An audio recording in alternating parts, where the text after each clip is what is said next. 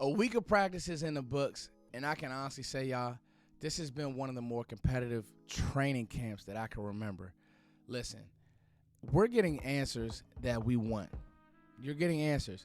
You see guys competing. You see a defensive play made. You see an offensive play made. You see guys going back and forth. You see John. You see hitting. This is what I wanted, because I think that last year, the funk of last year, the funk of the Green Bay game, is not still only on the fan base. I think it's on some of these players. Like, they know. You get what I'm saying? And in them knowing, the best thing that they could have did was come out here and compete like they did. I'll tell you this. We want Diggs out there, but what I'm seeing from some of these DBs, I'm not, afraid. I want CD out there, and listen, CD is going to play game one. He'll be there. But I like what I see from some of these receivers. I got 10 standouts from training camp 2024, only a weekend. This is good stuff, y'all. This is really good stuff. Let's go. Let's go. Let's go. Let's go.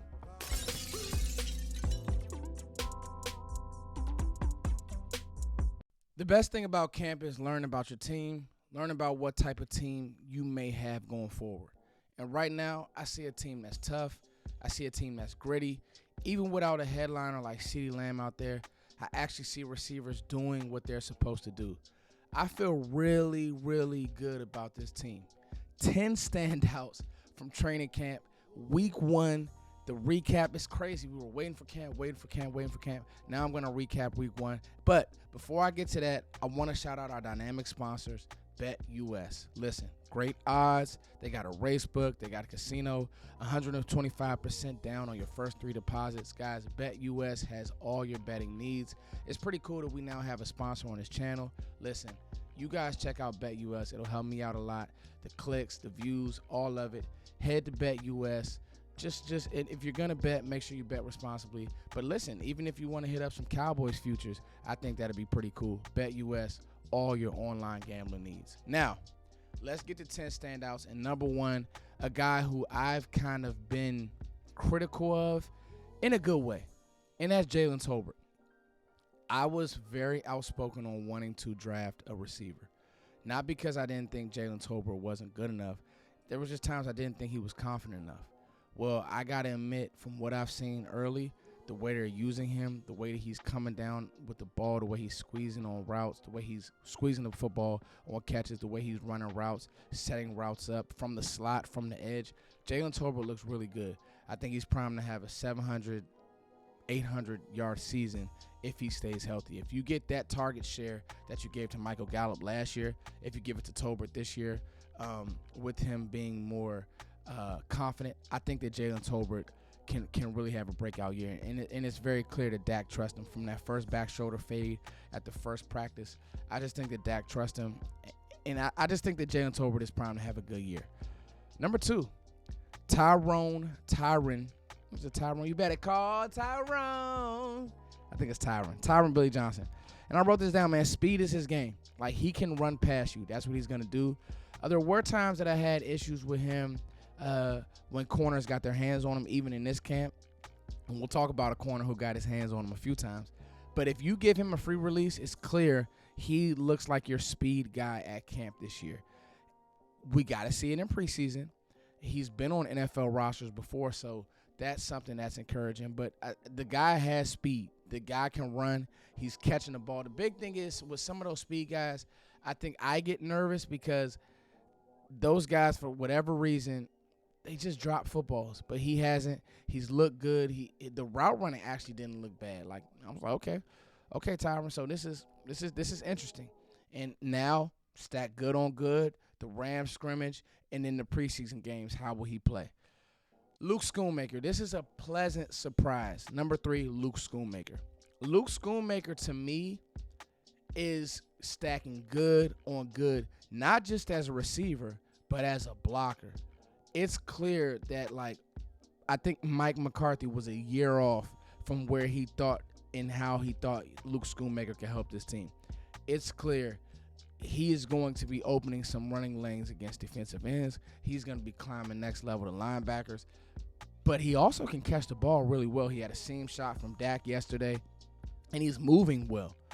So the injury is amazing. You know, you draft a few guys at these guys' position, and it's, oh, everybody's healthy. I bet.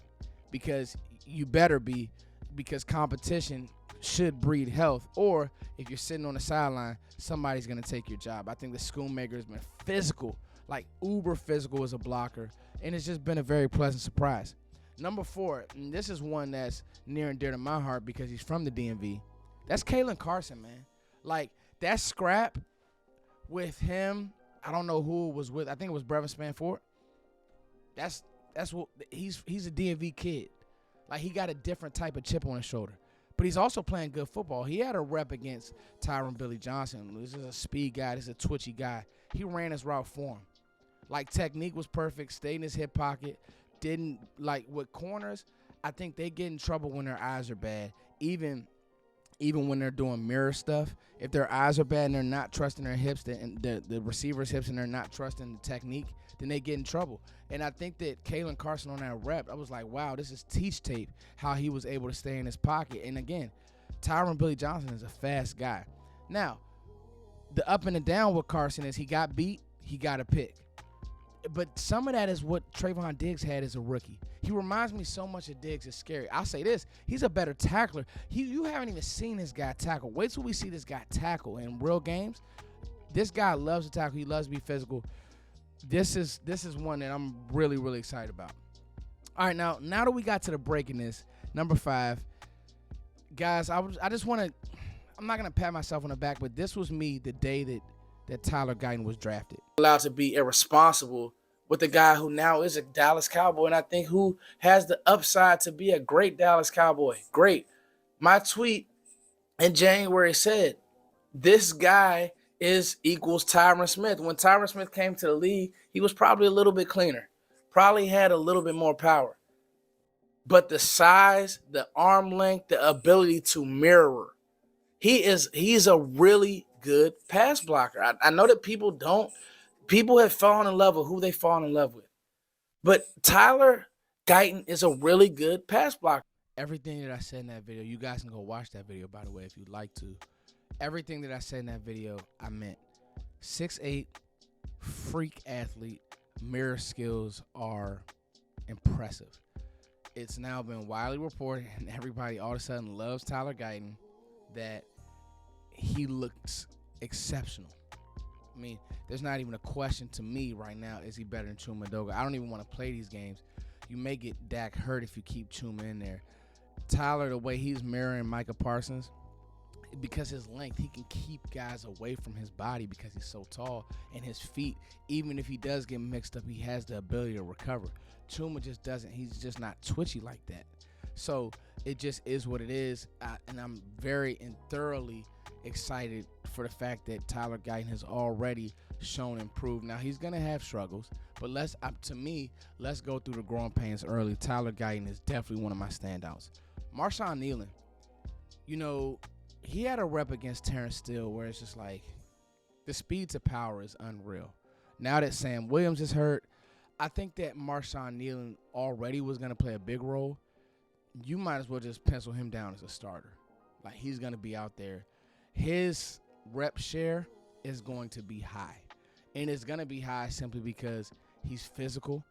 He plays the run. I heard this yesterday. I said, wow. But I think he has more upside than this player. But I'm not mad at it. He reminds me of Tyrone Crawford with a little bit more bend. Plays with his hair on fire. He plays football the right way. And I think that the Cowboys needed more players like that. And he's another one. He'll go through the growing pains of the NFL strength side of things. But the thing is, he's a strong dude himself. Like, that's part of his game. So, Marshawn Neal, number 6. Number 7, Micah Parsons, man. Micah Parsons off ball. Micah Parsons at end. Micah Parsons doing Micah Parsons things. I was kind of just baffled by how many people were upset with Micah. He disappears in games. When you hear Mike Zimmer come out and say, well, they kind of kept him on one side. They made it easy for the offense. So when Mike Zimmer says it, you guys believe it. But, you know, I spent all offseason trying to tell you guys, like, just ease up on Micah. The scheme, after a while, it had gotten so stale because Dan Quinn had really gotten lazy with his game schemes and with his game planning. So, anyway, Micah Parsons, number 7. Number 8, this one is really cool. Eric Kendricks. Now, I know that Eric Kendricks is an older prospect, but seeing him run around out there, seeing him getting his drops, he had a pick, seeing how he's playing football, I really, really like the way that I like Eric Kendricks' vibe. I think that what he's going to bring to this team, he is going to bring a Sean Lee type vibe, but I think he may be better than Sean Lee at this point in his career. He's going to bring that type vibe.